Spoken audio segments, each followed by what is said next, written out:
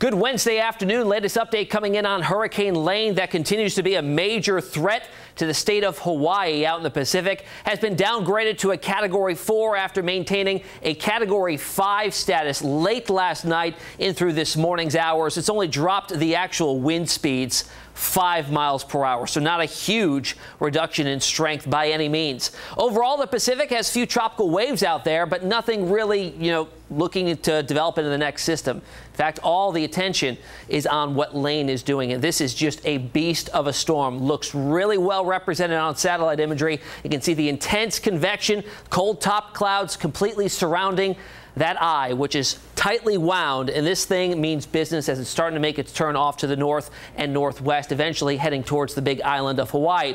But there is some evidence in there, as you saw from the satellite imagery. In fact, we'll back it up and show you that again, that it looks like some of the most intense convection is being displaced off to the east side of the center there. You can see the white top clouds, the coldest top clouds, the highest thunderstorm clouds are mostly on the eastern side. There could be a little bit of some shear coming in from the west or the southwest, displacing that a little bit. So that could be responsible for the slight weakening and maybe to continue some weakening as we go through the next 12 hours or so. So what overall is wind shear?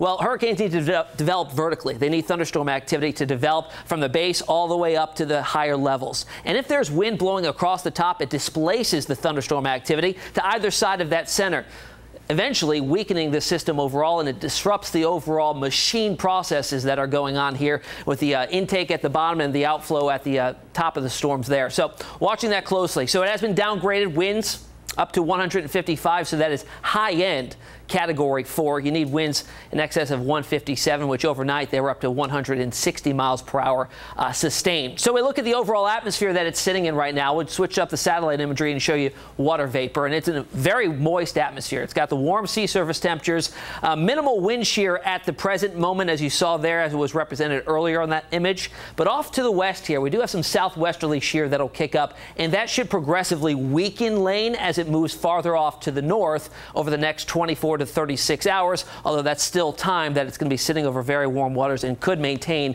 its Category 4 status at that point. A little close-up image there. You can actually see that displacement of some of that convection off towards the east as well. So hurricane watches and hurricane warnings have been posted for much of the chain state of Hawaii.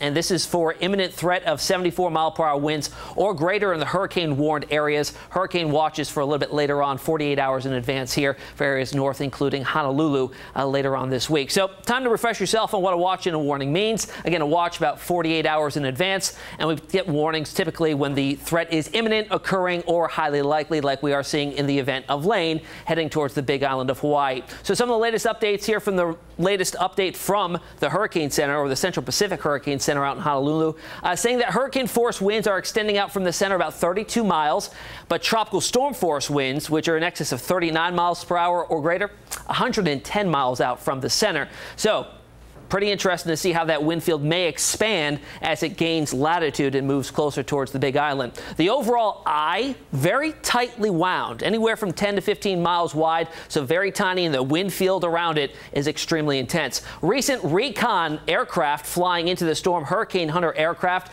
found the central pressure now down to 924. Just 24 hours ago, it was in the 960s, so it's been dropping steadily as it intensified, allowing it to reach the Category 5 status overnight. And those winds outside of the eye, so well outside of the 32 miles where the hurricane force winds are, still finding those winds up over 80 miles per hour. So here's the latest track showing it at a Category 4 storm. And as it moves off to the north, I'm going to zoom in here close because notice the latest track does not show it making a direct landfall on any of the islands in Hawaii. That's some good news. But remember how the hurricane force winds extend 30 miles plus out from the center, and hurricane and tropical storm force winds extend out 110. So even if this track does verify, the winds will still be an issue. And of course, the heavy flooding rains and the high surf is going to be a big issue. So you don't need a direct impact.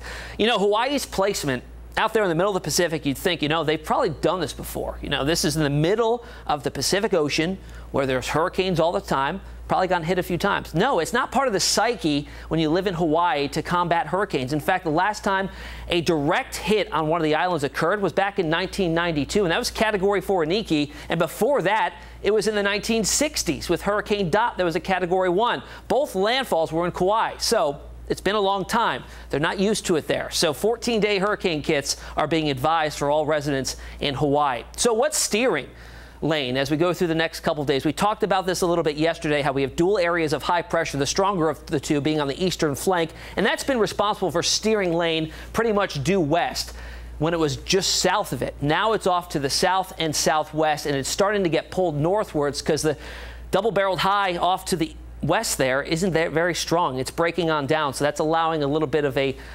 opportunity for it to move off to the north. Now, there's also something interesting that I read, that the stronger hurricane lane is, the more likely that it'll track farther north faster. The weaker will take it a little bit farther off towards the west there. So it's already over verifying in terms of the strength and what the GFS and the European model have been depicting or prognosing for the past couple of days. They weren't saying it was going to be a Category 5. So this indicates that it may verify a little bit closer to the islands than what will be shown here with what you're going to see on the models. This is the first one, the GFS model, the American model, that shows a close pass-by to the big island of Hawaii and then quickly getting torn apart by topography-induced wind shear here. And then it kind of falls apart to nothing. But if we look farther out into the future here and switch up the models and show you the European, that shows a much closer call. In fact, a much closer call off towards the west, I should say, and away from the big island there. So again, since it is stronger, I wouldn't be surprised if it verifies just a little bit closer to the big island, just scraping the western side of that area and then kind of tracking parallel to the topography of the island chain and possibly impacting areas around Honolulu as we get up until Friday evening or so. So certainly something to continue to watch here. Things will be changing, a very fluid situation in terms of when this actually takes that hard turn off to the north and off to the right, and we'll see exactly what happens as we get closer to that time frame. But right now, hurricane warnings up for that entire area, and hurricane watches the farther north you are. We'll have an update if it warrants tomorrow and beyond.